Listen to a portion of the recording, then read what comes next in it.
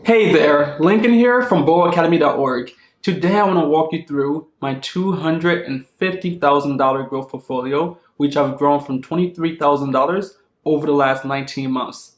Over the last 5 months, I've also done 3 other videos walking through my growth portfolio from $65,000 to $107,000 to $187,000. So if you haven't seen those videos, go check those out because my portfolio has not changed much since the start of this summer. And most of the stocks in this video were covered in my last growth portfolio update, so I'm not going to spend too much time on each of these companies. Since my last update, I've added 4 more companies to my growth portfolio that I'm watching closely to figure out if I want to hold them for the long term. But I feel good about each of them and I want to briefly share with you why that is.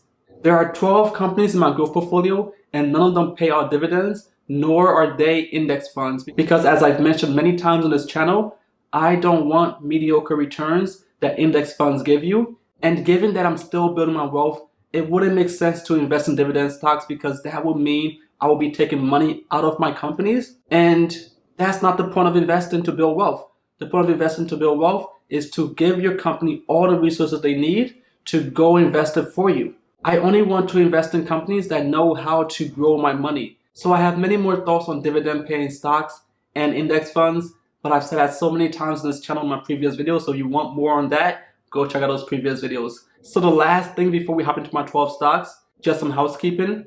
If you enjoyed this video, like the video below, subscribe to the channel, hit the notification bell, and comment your thoughts below on all of these companies and which ones you would like me to cover in greater detail in the future. And if you want to help the channel grow and get more access to me and get direct answers to your investing questions, then join us over at patreon.boacademy.org. You'll be able to engage in our Discord channel where we share knowledge and discuss the stocks and SPACs that we're all invested in to help one another grow our wealth together. And you will have a chance at winning $200 every month just for being a loyal and engaged patron. So if you're interested in all of that, join us over at patreon.boacademy.org. Now let's hop in. I'm going to quickly walk through these first 4 stocks because they're a very small percentage of my portfolio. But if you would like me to go into greater details on these companies, comment below. Or you can join us over at patreon.boacademy.org where I've shared all my thoughts and research on these companies.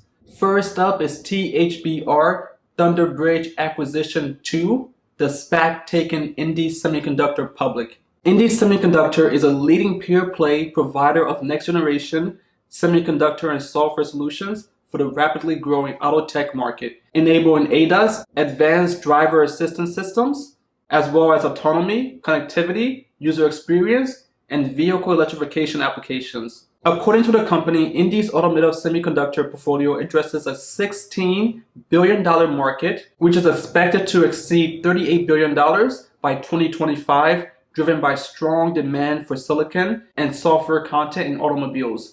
Indie's best-in-class mixed-signal system-on-a-chip SoC solutions are currently on 12 Tier 1 approved vendor lists, contributing to a strategic backlog position of more than $2 billion, defined as projected revenues based on existing contracts, design and pricing terms, and historic production trends.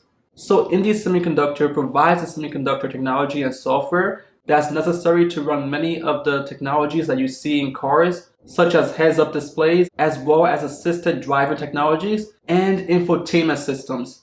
So I like what this company is doing. I'm still doing more research on it. So right now I only have 351 shares. My average cost was $12.67. And THBR, the SPAC taking Indie Semiconductor public, accounts for 1.4% of my portfolio. And right now I'm up 5.63% on this position. So let's move on. Next up is THCB Holdings, the SPAC that is rumored to be taking Microvast public. And I say rumored because we have not seen a definitive agreement signed by these 2 companies, so we don't know for sure if this SPAC will be the one to take Microvast public, or if Microvast is actually going public at all. So this is more speculative. I'm just hoping that the DA, the definitive agreement, will be signed in short time by these 2 companies. Microvast is a vertically integrated provider of EV fast charge and battery solutions. And the company considers itself a leader in developing ultra-fast and long-lasting battery power systems for electric vehicles. And they intend to electrify city transit through gradually introducing battery systems to buses, taxis, passenger vehicles, and by rolling out charging networks. So apparently they want to take on Chargepoint, my largest investment. That's SBE, the SPAC, taking Chargepoint public. So if I do decide to keep Microvast in my portfolio, it will also be another charging network in this growth portfolio, which I'm fine with. There is enough space in this growing market for multiple contenders. And SBE Chargepoint is the leader by far, but Microvast could catch up, and they are focusing on fast charging, which Chargepoint is not currently, although they do have fast chargers out there. So unlike other EV companies going public through SPACs this year, Microvast does have products on the market. And in fact, Microvast's batteries were used in electric buses in the 2018 Olympic Games in South Korea. And electric buses in Shanghai currently use Microvast's batteries. If Microvast does go public through the SPAC, it will be a great contender to QuantumScape, which is another solid-state EV battery provider out there. But the difference is Microvast has products on the market and QuantumScape is still in research and development mode. So Microvast is years ahead of QuantumScape and other battery providers. So with all of that said, I have 265 shares of THCB, the SPAC that might take Microvast public next year, and my average cost was $15.64 per share. Microvast only accounts for 1.52% of my portfolio, and I'm up about 20% on this position. Next up is VG, Virgin Group SPAC, that doesn't have a target yet, and we have no rumors. But some investors like myself are hoping that it will be their Hyperloop company, because Virgin Group has been the first company to run a test of their Hyperloop with passengers on board. So I am very hopeful that it will be their Hyperloop company, and that's all I have to say for now. But with that said, I have 700 shares of the SPAC at an average cost of $11.49, and it accounts for 2.61% of my portfolio, and I'm up about 6% on this position. So I don't have much more to share here, but if you want to join the discussion on this SPAC, join us over in our Discord channel by becoming a patron at patreon.bullacademy.org. Next up, Triterras, a leader in the trade financing space as a fintech company, which went public via a SPAC merger with Netfin Acquisition Company back in November of 2020. And I previously invested in this company back in the summer, but because it was sitting still, I had to move my money to something else for the time being. But then came an opportunity back on December 17th, 2020, a few weeks ago. And I had to pounce on it, and I told our Patreon members at patreon.bullacademy.org when this happened, because actually one of our patrons, Tom, who's been investing in Triterras for a long time, told us when bad news came out about one of Triterras' customers and that the stock had plummeted. And so after Tom told us, I looked into the news and I realized that it wasn't that big of a deal and that the company had a plan to move away from this customer already. And I didn't think that it was going to keep the company down. So I decided to invest in this company heavily. I bought 1,000 shares that day of Triterras on December 17th for an average cost of $8.95. And just 5 days later, it was back up to $11 per share. And now it sits above $14 per share, near its all-time high. So everyone in our Discord chat who invested in Triterras the same day that I did are up about 60%. On this position. So that's the value of an investment group. We all have different perspectives and we all have something to share. So when Tom shared this, we all had a chance to look into it before everyone else got the news and looked into it deeper. And when I looked into it and did the research, I shared it on our Discord channel, and everyone else had a chance to invest if they so chose. And those who did benefited greatly. So if you want to join our Discord channel, join us over at patreon.bullacademy.org. So Triterras is modernizing financing of commercial trades, leveraging the blockchain. They enable small and medium-sized businesses to get the trade financing they need to move their goods across the world. And this is not a small market. It's $1.5 trillion of an opportunity. And small and medium-sized businesses are usually rejected by larger financiers who do not want to work with them. But Triterras says, hey, you need financing for your trade business? We will help you get that financing and make it super easy because we're a fintech company. We leverage the blockchain to make this a seamless process to get the financing that you need to move your goods around the world. So I've invested about $9,000 into this company, and I currently have an equity value of $14,364. And Triterras, with a market cap of $1.2 billion, accounts for about 4.4% of my portfolio. We've covered 10% of my growth portfolio, and these companies were the only companies not in my previous portfolio update. So if you enjoyed this video so far, like the video below, subscribe to the channel, hit the notification bell, and comment your thoughts below on all of these companies that I've shared so far. And if you're interested in joining our Patreon community and getting more access to me, then join us over at patreon.boacademy.org. Now let's quickly look at my last 8 companies, which I've covered in my previous portfolio update. So if you want more details on those, go watch that video. I don't want to repeat everything I say in that video because not much has changed, and I want to keep this video much shorter than the last one. So I'm going to run through my position and a brief description of each company so that you can have an idea of why I'm investing in these companies. So next up, CIIC, the SPAC taking Arrival public in Q1 of 2021. Arrival is a vertically integrated UK-based company that produces custom EV vans and buses for commercial customers. And again, I went into greater detail into the company in my previous video, so go check that out. So let's look at my position. I've invested $7,791 for 510 shares of the SPAC taking Arrival public, and my average cost was $15.28. I'm currently up 108%, which brings my equity value to $16,218. And this SPAC accounts for 4.97% of my portfolio, and this deal will value Arrival at $5.39 billion in enterprise value, which is about 0.4 times its 2024 expected revenues of $14.1 billion. And Arrival, which is staffed with over 500 software engineers, leverages its hardware, software, and robotics capabilities to build vertically integrated solutions for its commercial customers. And thanks to its modular components manufacturing system, Arrival can be a platform for other companies to build their own solutions from. So think another car manufacturer using Arrival's components to build their own cars. Next up, Velodyne Lidar Inc., the pioneer of LiDAR technology and the first pure-play LiDAR company on the US stock market. LiDAR is a pioneer in the 3D sensing for autonomous vehicles, and if you don't know what LiDAR is the leading approach to giving autonomous vehicles their ability to detect objects in their environment as they drive on the road or on sidewalks. In contrast, Tesla uses computer vision instead of LiDAR because Elon Musk thinks that LiDAR is inferior to computer vision. And we'll see which one ends up winning, but I think that they will both have a place to play in the EV transition. I've been investing in Velodyne Lidar Inc. since it was a SPAC, Graph Industrial, the one that took it public in Q4 of 2020. And now that Velodyne Lidar Inc. is a public company, I have 700 shares of the company after investing $8,522 at an average cost of $15 per share. I'm currently up 99.93% or about 100% on this position, and that brings my equity in this company to $17,000. And Velodyne Lidar Inc. VLDR accounts for 5.2% of my growth portfolio, and the company has a market cap of $4.16 billion.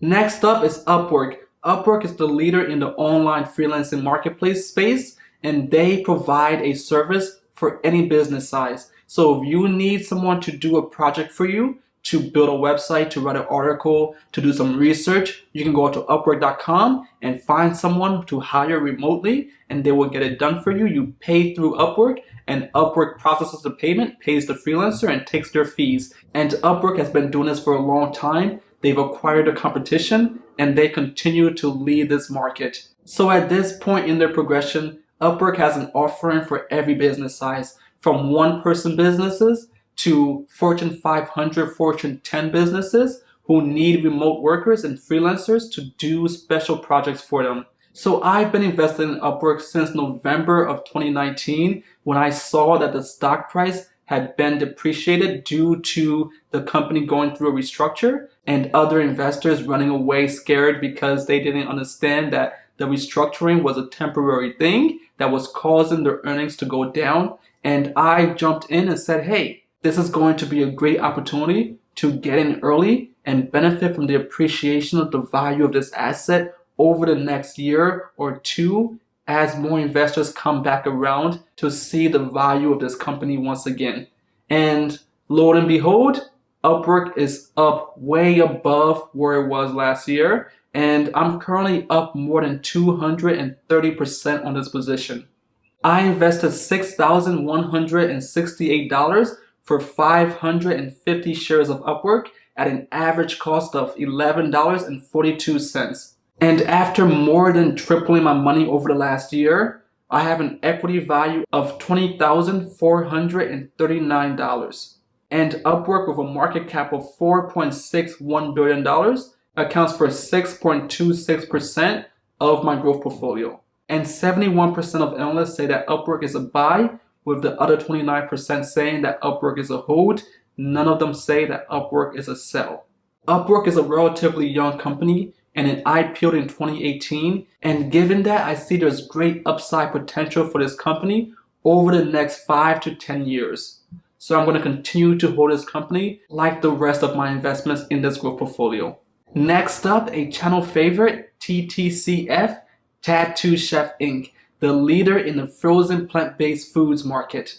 I've been investing in Tattoo Chef since it was a SPAC back in June of 2020, through its merger being completed in October 15th of 2020. And I even interviewed the CFO, the Chief Financial Officer of the company, back about a month ago. So if you haven't seen that video, go check it out to learn more about Tattoo Chef's future and their past and how they plan to take on companies like Beyond Meat in the future. This company is probably one of my most fundamentally sound investments in this growth portfolio. So I am incredibly bullish on this company. I've been holding them since I bought my first 1,000 shares back in the summer. I haven't sold, I haven't bought, I've just been holding because Tattoo Chef is going to continue to grow, and I want to be there along for the ride to benefit from the appreciation of the value of this asset. So I am holding on to my shares. Back in the summer, I invested $14,500 for 1,000 shares of FMCI Forum Merger 2, the SPAC that took Tattoo Chef public, at an average cost of $14.50 per share. And now I am up about 73.79% on this position, and I have an equity value of $25,225. And Tattoo Chef Inc. accounts for 7.73% of my growth portfolio, and it has a market cap of $1.63 billion. Next up, OPEN, Opendoor. Opendoor is the leader in the iBuying space for real estate. Opendoor allows homeowners to go online to opendoor.com, fill out a quick form about their house, and get a cash offer from Opendoor within 24 hours. And within 72 hours, the homeowner can have the cash in hand, move out, give the house to Opendoor. Opendoor fixes it up and then sells it to someone else at a markup, and they profit on a margin between where they bought it and where they fixed it and sold it. So Opendoor is a leader in this space by far. They crush Zillow and Redfin in their nearest competition by far combined.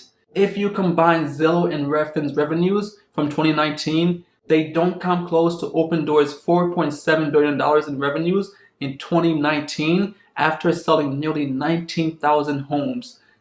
19,000 homes. So Opendoor does very well, and the reason they do so well is because they're vertically integrated, and when they sell a house, they also sell their other services such as title and escrow, home warranty, home repair, and so much more, because they have a centralized service that enables homeowners and home buyers to streamline the process of acquiring or selling real estate and then maintaining that real estate. So I'm incredibly bullish on Opendoor. I've done many videos on this company, so if you haven't seen those, go check those out and learn more about this company and their powerhouse of a management team. So back on December 17th, Opendoor finally closes merger with IPOB, the SPAC that took it public. And now investors like myself who've been investing in this company since it was a SPAC have their shares of OPEN. A few months ago, I invested about $17,000 for 1,100 shares of IPOB at an average cost of $15.49 per share. And now that my position is up 75%, I have an equity value of $29,941 in Opendoor. And Opendoor accounts for 9.18% of my growth portfolio. Opendoor has a market cap of $14.89 billion. Okay, we have 3 more companies in my growth portfolio, and these last 3 companies account for about 57% of my growth portfolio. So stay tuned for those companies. But before we get to them, if you're enjoying the video, like the video below, subscribe to the channel, hit the notification bell, and comment your thoughts below on all these companies and which ones you would like me to cover in greater details. Your engagement really helps the channel grow, and I will greatly appreciate it. So now let's hop into the last 3 stocks. Next up, Jumia, the Amazon of Africa. Jumia is the leading e-commerce platform in many countries in Africa. And they also want to be the PayPal of Africa with their own payment platform that they leverage on Jumia, as well as providing it to other businesses who need payment solutions. Jumia has also launched its own logistics platform, which will enable other businesses to leverage Jumia's logistics capabilities to deliver their packages to their customers. So Jumia has many business verticals that have great potential to bring in great revenues in the future. So this company has tremendous growth potential, and I want to be in this company for the very long term because I see this company going to at least $1,000 per share within the decade.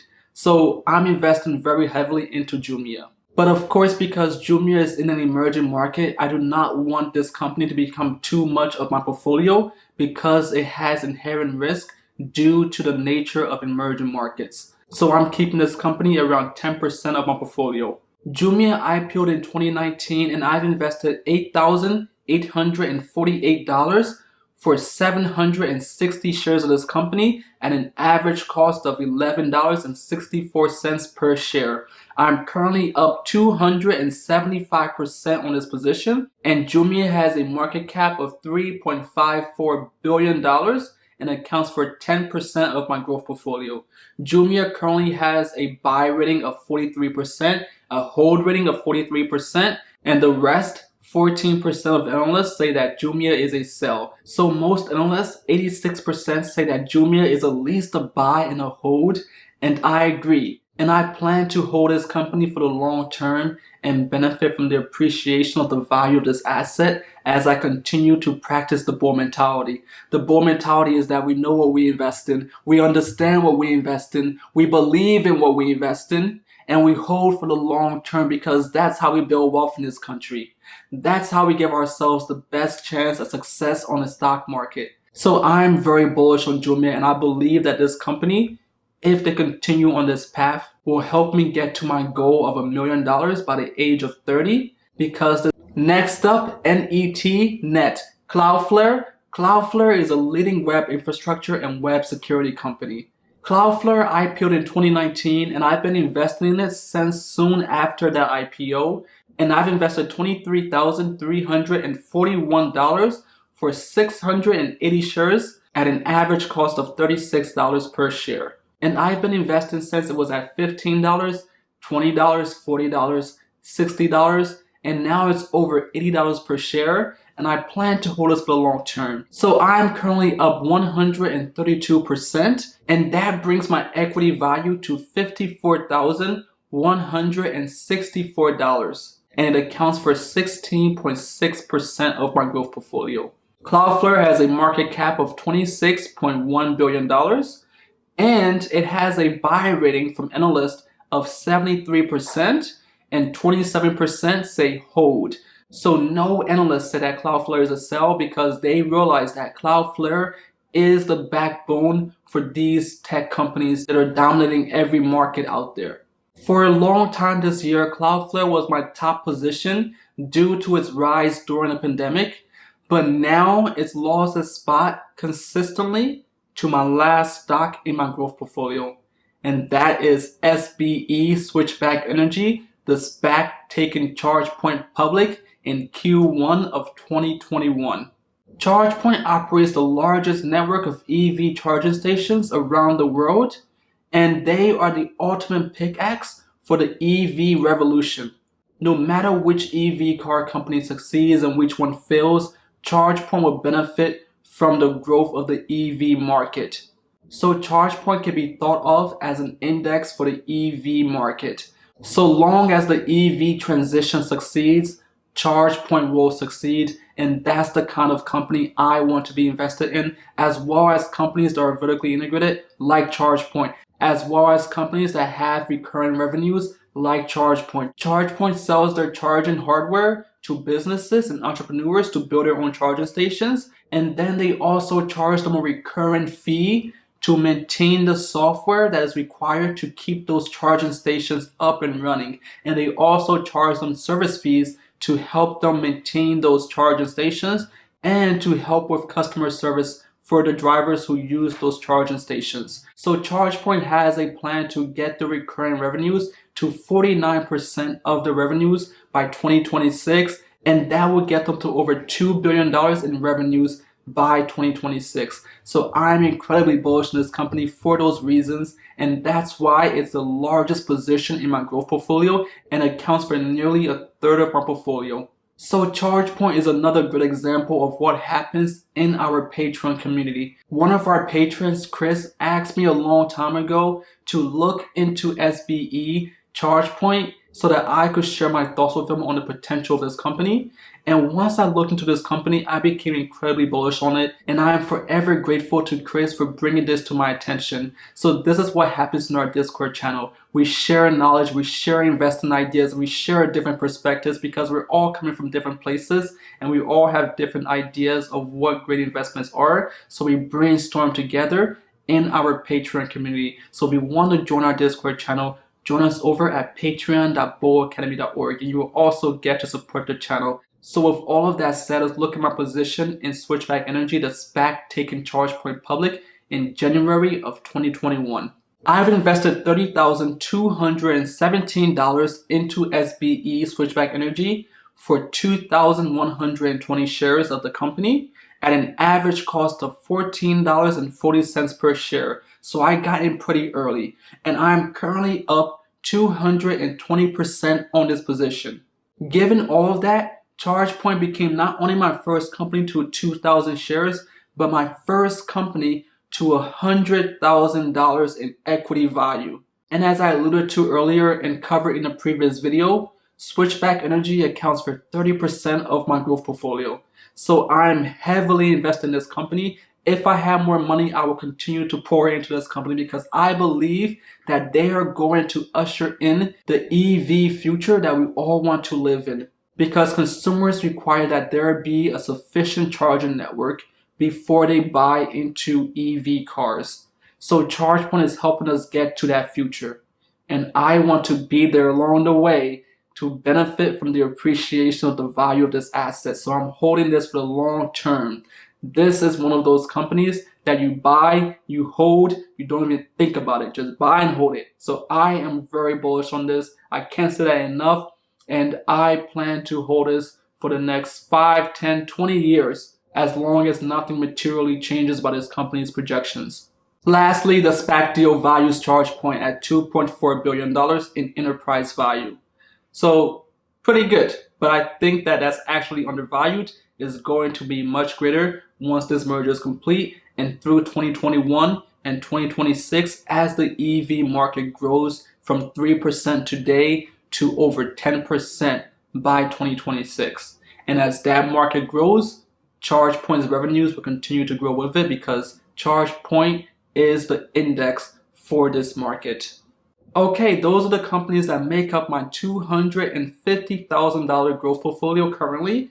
I don't plan to hold all 12. I probably will consolidate back to around 8 or 10 companies. So 2 or 4 of them will have to go because I don't like to keep more than 10 companies in my portfolio because I like to invest heavily in a few companies that I'm passionate about and convicted in. And I don't want to be over diversified because I want to see great returns from the companies I invest in.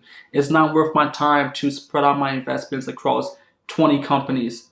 So I'm still 27 years old. I started investing at 26, and I've grown my portfolio from $23,000 to $65,000 and now to $250,000 in equity. And the way I've done that is by focusing on those few companies that I know, understand, believe in, and plan to hold for the long term. That's the bull mentality, right? That's what we practice on this channel. So I don't just say that. I've been preaching that, and I practice what I preach. So yes, I'm a very aggressive investor. I don't recommend that everyone does what I do because it's very risky. But if you want greater returns than most people, you're going to have to take greater risk than most people. That's just how it is. And as I always say, index funds are fine if you want to be safe. But if you want to retire early, you likely won't get there investing super safe in index funds. And if you're poor, you're not going to get rich investing in dividend paying stocks because by definition, those companies are not focused on growing. They're telling you that they don't know how to grow your money because they're taking their leftover profits and giving it away to investors because they're saying that, hey, we don't know how to allocate this money to grow it better than you do. So we believe that if you have that money, you can do better than we can with it. So here you go. Here's your dividends. Go do what you want to do with it. And then you say, hey, here's the money back that you just gave me. Go invest it. And the company says, why would you do that? I just gave it back to you. And you just got taxed on it. And now you give it back to me? So that's why I don't invest in dividend companies. Because I'm not rich yet. Dividends great for maintaining wealth. But it's not great for building wealth. You have to know your own goals. You have to understand your situation and what your options are. Dividends are not great for everyone right now. Growth is not great for everyone right now. I wouldn't tell my grandmom to invest in young companies because she is retired. That's too risky for her. She wants to maintain her wealth, not grow it. And likewise, I wouldn't tell my friend who's 27 or 30 to invest in dividend companies or index funds because they're poor and they have the goal of growing their wealth, not maintaining it. So there's two stages. You build the wealth and then you maintain it. Right now I'm in growth mode, so I'm investing heavily in growth stocks. Eventually I will be rich and I will want to maintain that wealth when I retire, whenever that is, whenever I so choose, because I will have that option. And then I can invest in dividend stocks and index funds and be safe. So that's how I look at all of this. And that's how I believe that everyone else should look at this. You have to understand your current situation and what your goals are and invest accordingly. If you're young, you still have time to take great risk. When you get older, then you can become safer. But right now in your youth, you have to be risk on. Chamath Palihapitiya says that. Risk on. Those who are risk on see greater returns than those who are risk off. So that's what I'm going to leave you with. If you're young today, if you're watching this video and you're thinking, what should I do? I want you to go back and consider what your goals are and what your wealth situation is today. And if you see that you don't have lots of money, then you probably shouldn't listen to everyone out there hyping up dividend stocks as passive income. Passive income is great, but if you're poor and you're getting paid a few cents or a few dollars per year from your dividend stocks, that's not worth your time. It's actually a waste of your time. So I will say that because I'm not here to hype up dividend stocks or anything else. I'm just going to tell you the truth as it is. Contrary to popular belief, investing in dividend stocks in your youth for passive income is counterproductive because you're too poor to make any meaningful income from dividend stocks. You will be much better off investing in growth stocks to grow your wealth first so that you can have enough money to invest in dividend stocks eventually that will pay you out meaningful income. But you have to have wealth first. Money makes money. If you don't have money, you can't make money from that money. If you only have a few $1,000s or a few $100,000, dividend stocks probably are not worth your time. You're probably much better off investing in growth until you reach a couple $1 million. Then you can go invest in dividend stocks. So that's all for now. That's my growth portfolio. If you enjoyed the video, like the video below, subscribe to the channel, hit the notification bell, and comment your thoughts below on my growth portfolio and on my strategy and whether or not you agree. If you don't agree, let me know below. I want to hear why. Let's discuss it. And if you want to help the channel grow and help us reach more investors and get more access to me and get direct answers to your investing questions, then join us over at patreon.boacademy.org. You'll be able to engage in our Discord channel where we share knowledge and discuss the stocks and SPACs that we're all investing in to help one another grow our wealth together. And you will have a chance at winning $200 every month just for being a loyal and engaged patron. So if you're interested in all of that, then join us over at patreon.boacademy.org. I'm Lincoln with boacademy.org. Thank you again and have a great day.